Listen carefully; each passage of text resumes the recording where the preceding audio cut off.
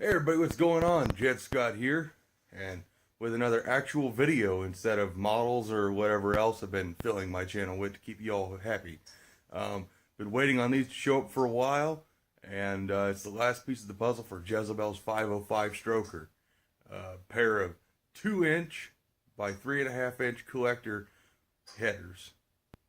So let's check them out. Bam! And they look like crap. They're old Headmans. They're 2-inch primary tubes with a 3.5-inch collector. That collector is massive. Damn near stick my fist in it. Got these off one of my Mopar pages I'm in there. They're dinged up and all sorts of things. But they have Headman stamped right in the tubes. Right there. It says Headman. So I'm going to do some work to these. I got to repair one of the tubes because it's cracked. Right there. You can see daylight through it. So I'm going to heat that up with the rosebud on the torches right behind the headers. And get that to focus back.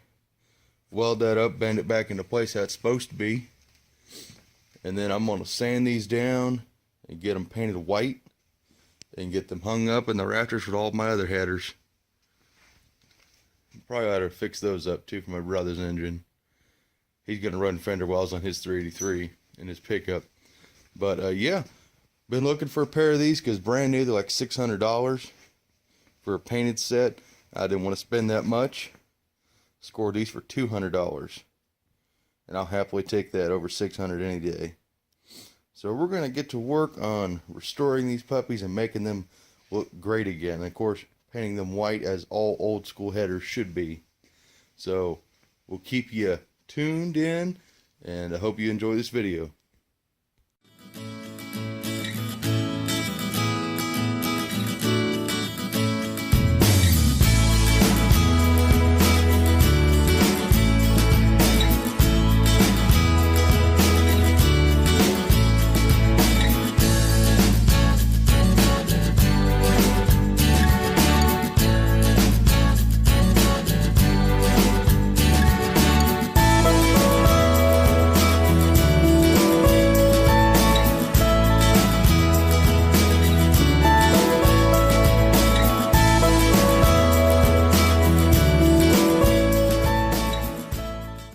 There we go. Sorry about the space heater, but we got it all welded up, ground down.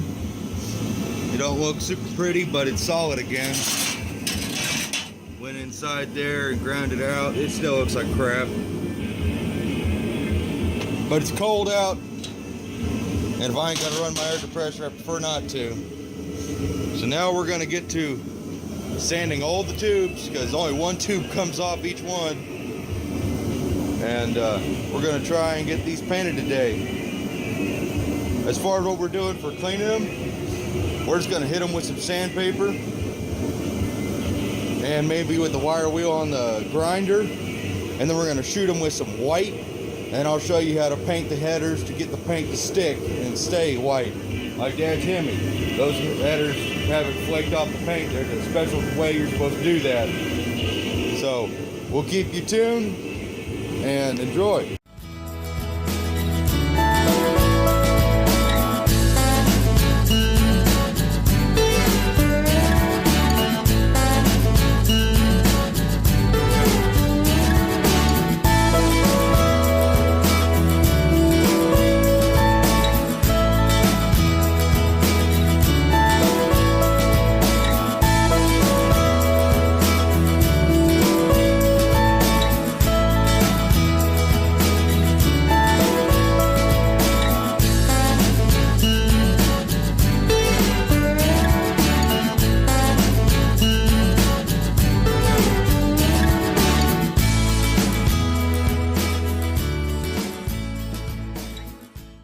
That wasn't too boring. I shut the space heater off, got the radio killed, so that way you can hear me without any issues. I got them all cleaned up. They just got to go for one good wet down. Wipe them down with some grease and wax remover, maybe a little bit of brake cleaner. Let it dry off, evaporate, and then they're ready to get painted. This is just one header. You can see quite a difference, you know, just cleaning them versus that pair. Headman was really proud of these apparently because they stamped their name on almost every side of every tube. I mean, literally, it's almost ridiculous how many times they put their names in these tubes. As I was sanding them and grinding on them, I found more and more locations where they put their name. It's ridiculous, but it's cool. You know, I didn't know Headman made this kind of header, or this big of a header. I know they don't anymore. Yeah, see, there's another one. Headman. And I missed a spot down in there. That's why I do this walk around. But yeah, it's really cool. I don't think these were ever supposed to be split headers like they are now. That cut there looks pretty primitive, and the way that's cut, I don't think that's how it's supposed to be. But you never know. I mean, I have no idea what these headers came from, what they were on, but they're big. Find out. My fist will fit in here if it's not actually a fist. If I do a fist, it won't go in. But if I just suck it in, it'll fit inside there. So yeah, we're going to get these all cleaned up and ready to paint.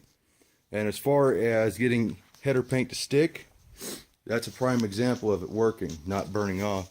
You lay it on a couple of thin coats. You don't want to lay it on real thick. And of course you want your header to be clean.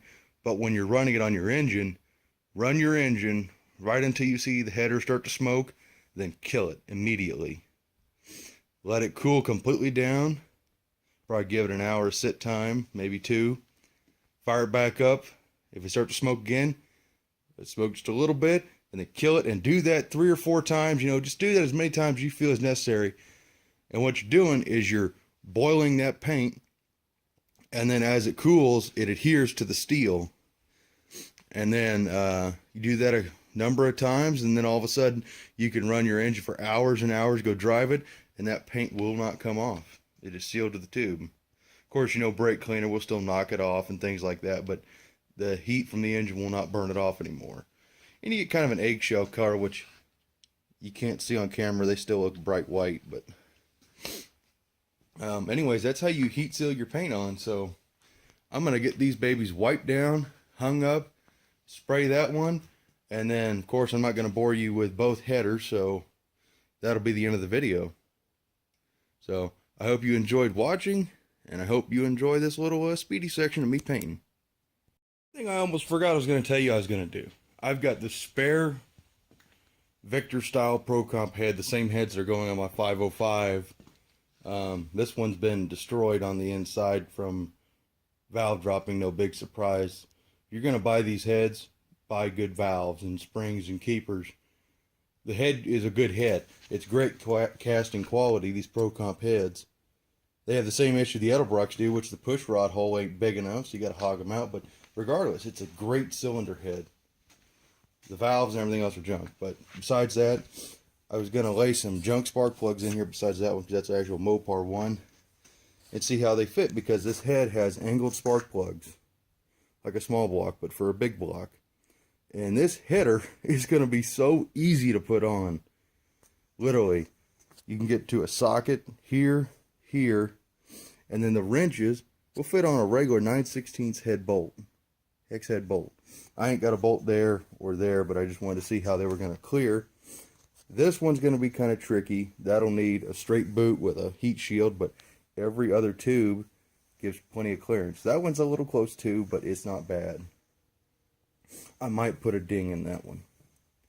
But yeah, this is something, if you definitely got a spare head similar to what you're going to be running on your engine with some headers, test fit it on there and see if you're going to have any issues.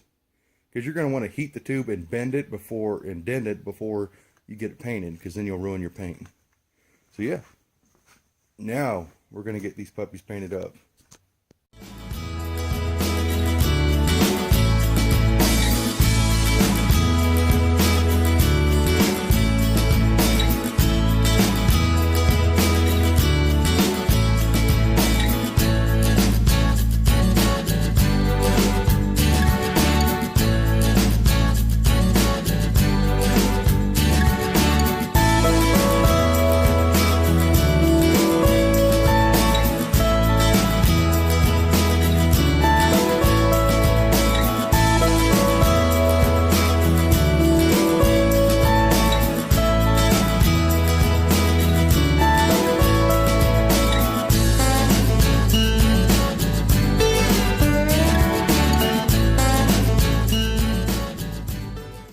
all painted.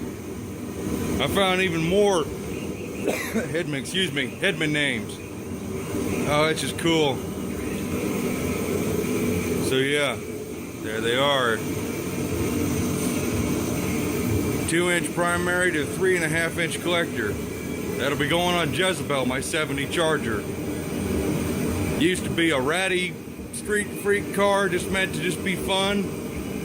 And now it's going to the ultimate tribute to a nostalgic drag car. The only thing I've always loved. So, you can't have a big badass 500-inch stroker. It's going to make big power at high RPM without big tube headers. Plus, it just sound cool. Bragging rights. Let's finish off on